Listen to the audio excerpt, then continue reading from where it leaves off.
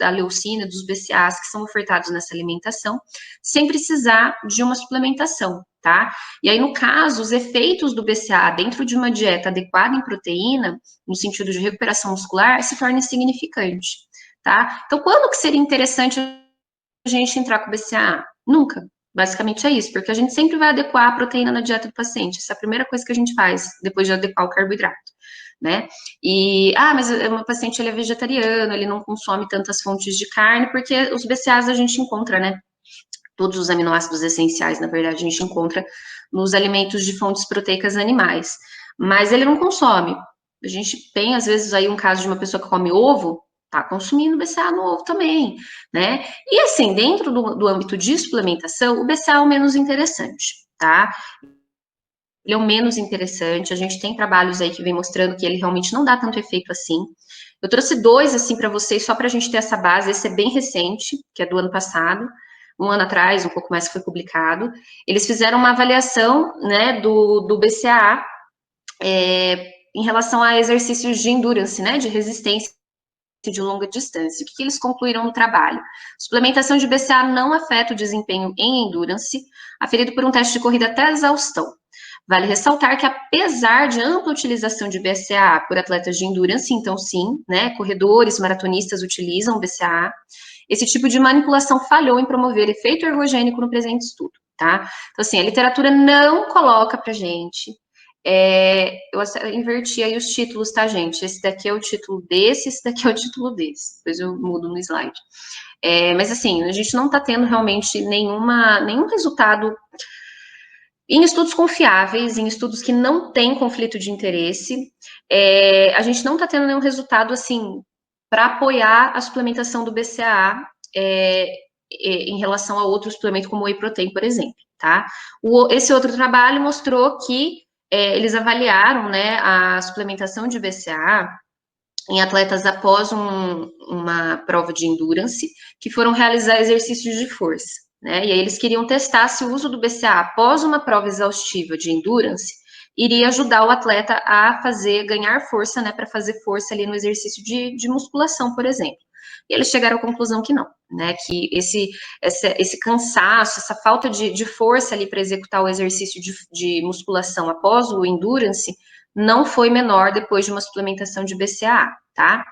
Então, assim, de uma maneira geral, a gente não recomenda o uso do BCAA, tá? Nos termos de suplementos, né, de proteína, o que é mais interessante, mais utilizável, e a gente tem, enfim, resultados muito legais. O whey protein e creatina, que não é para todo mundo também, não é para qualquer caso, a gente tem que avaliar com bastante critério, tá? Aqui eu coloquei para vocês, ó, a recomendação, eu especifiquei da leucina, tá? Mas a gente tem aí as DRIs para todos os aminoácidos essenciais. Eles têm a recomendação tanto de AR quanto de RDA, e aqui é por base de peso de peso corporal da pessoa, tá? Então, por exemplo, aqui, ó, a RDA de leucina para homens de 19 a 30 anos é de 42 miligramas por quilo, tá? Então, só para vocês terem uma base, vamos considerar aqui, ó, um atleta, um desportista de 70 quilos, né? Falei 42. Então, vamos pôr aí 3 gramas por dia, tá? 2.940 miligramas, vamos arredondar para 3 gramas por dia, ele já cobre a necessidade de leucina dele, para que ele consiga ali ter uma maior recuperação muscular, enfim, todos os benefícios em relação à leucina. Aqui eu coloquei para vocês, ó, rótulos de alguns suplementos de BCAA, tá? Olha só a dosagem nesse suplemento, que tem 5 gramas a dose, que normalmente é em cápsula, né? O BCAA ele é vendido em cápsula, ou ele também tem de pozinho.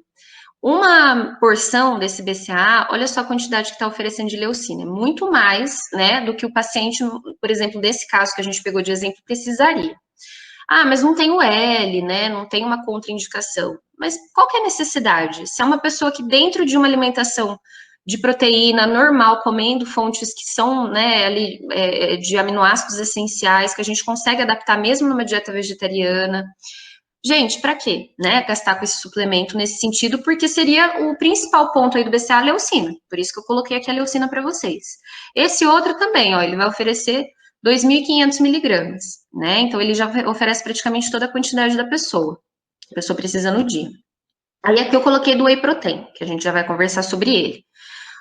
A composição do BCAA, ó, como vocês estão vendo, não tem, né, carboidrato, não tem nada, é puramente proteína. Então, toda a quantidade de caloria vai ser decorrente da proteína e ela vai vir nessas 3 formas de aminoácidos essenciais. Além da leucina, a gente tem a isoleucina e a valina. E no whey protein, ó, observem como a gente já tem uma variação diferente da composição corporal, da composição de nutrientes. A gente pode ter, no caso do whey concentrado, né? Carboidrato, a gente já vai conversar o que é o whey isolado, o whey concentrado, tá? Mas no whey concentrado, a gente tem mais carboidrato do que no isolado. Pode vir um pouco de gordura, né? No caso desses rótulos aqui, eu acabei, né, pegando alguns que não tem. Mas observem aqui o whey, gente. Ó, o whey, ele já oferece a leucina, ele já oferece também aminoácidos essenciais. Então, eu particularmente, a gente vai falar sobre o whey, prefiro suplementar o whey protein do que BCAA, porque o whey protein, ele vai ter todos os aminoácidos essenciais e ele tem outros componentes na sua composição, que por uma razão que ainda a ciência não sabe explicar exatamente o porquê, né? Não sabe dizer é por A mais B, mas é realmente por essa interação de nutrientes que a gente, né, nem sempre consegue explicar. Os resultados do whey protein são sempre superiores em relação ao uso isolado do BCAA. Então, essa coisa da gente isolar substâncias, quanto mais a gente isola substâncias para a gente oferecer para o paciente, isso tende a ser menos natural e a resposta vai ser diferente também. Então, o whey protein, que é uma proteína mais completa, ela é uma proteína maior, ela já engloba outros aminoácidos, né? Enfim, tem outros componentes, sempre traz, os estudos sempre trazem resultados muito melhores e muito bem, assim, já embasados em relação ao uso dele, tá? Quando for o caso de suplementar. E aqui eu trouxe uma tabela da TACO, para vocês verem. Olha só, aqui na TACO a gente não tem muitas referências de alimentos para avaliação de aminoácidos, mas eu peguei né, dos alimentos que eles avaliaram e observem aqui, ó, o queijo mussarela, o queijo prato, o tanto de leucina que tem em 100 gramas, né? Então, com certeza, pessoal, se a gente fosse pegar uma análise aí do leite, né, que também é fonte de BCAA, a gente consegue facinho atingir a necessidade de leucina e de BCAA com o consumo, né, alimentar normal. Então, tá bem próximo, né? Até coloquei aqui, ó, 2,38, 2,19 gramas, bem próximo daqueles valores dos suplementos aqui, ó. A gente tá vendo, né, do whey e do BCAA também, tá? Então, isso até pra gente ter de argumento, né, com o paciente. Ah, mas por que não quer me passar um suplemento? Aí, ó, vamos mostrar, né? Será que aquilo tudo que você tá querendo comprar de suplemento vale a pena? Sua alimentação não consegue mesmo atingir isso para você? E outra, comer é tão gostoso, vamos comer.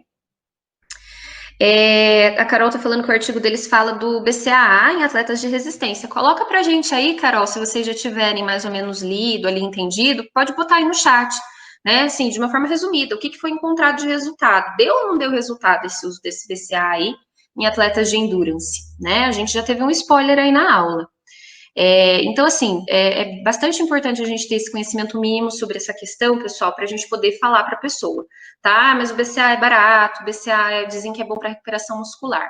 Olha, não é o que os estudos mostram, e a sua necessidade de leucina e de BCA normalmente já consegue ser atendida pela tua alimentação, se você se alimenta de uma forma saudável, né? Mas, sinceramente, nesse sentido de aminoácido essencial, não é nenhuma questão de uma alimentação saudável, é uma alimentação comum. Uma alimentação de uma pessoa brasileira que não é vegetariana, a gente já atinge as necessidades. Aí vai depender lá do estímulo do treino e do ajuste calórico, né, desses outros balanços que a gente precisa fazer na dieta. Bom, o whey protein, né? Vamos falar sobre um dos queridinhos aí da nutrição esportiva. Eu até coloquei essa imagem, pessoal, para a gente lembrar, né, que o whey, ele tá lá no leite. Quando a gente faz o processo de talhar o leite, né, para a gente conseguir a coalhada, para a gente pegar aquela parte até para fazer uma ricota, né, que seria essa parte aqui de cima na figura, o que sobra, aquele sorinho, é o whey protein, tá? Então, o whey, quando a gente faz aquele iogurte de kefir, né, não joguem fora aquele soro que fica do iogurte e tal. Aquilo lá é muito rico em proteína de excelente qualidade. Aquilo lá não é gostoso, mas se quiser tomar aquilo lá, é maravilha. O que eu trouxe aí para vocês sobre o Whey Protein, já colocando aí logo de cara o Colégio Americano, né? Evidências apontam que suplementos de proteína e aminoácidos não são mais nem menos efetivos do que alimentos quando o teor energético está adequado para ganho de massa magra. É o principal ponto. Por isso que a gente falou tanto sobre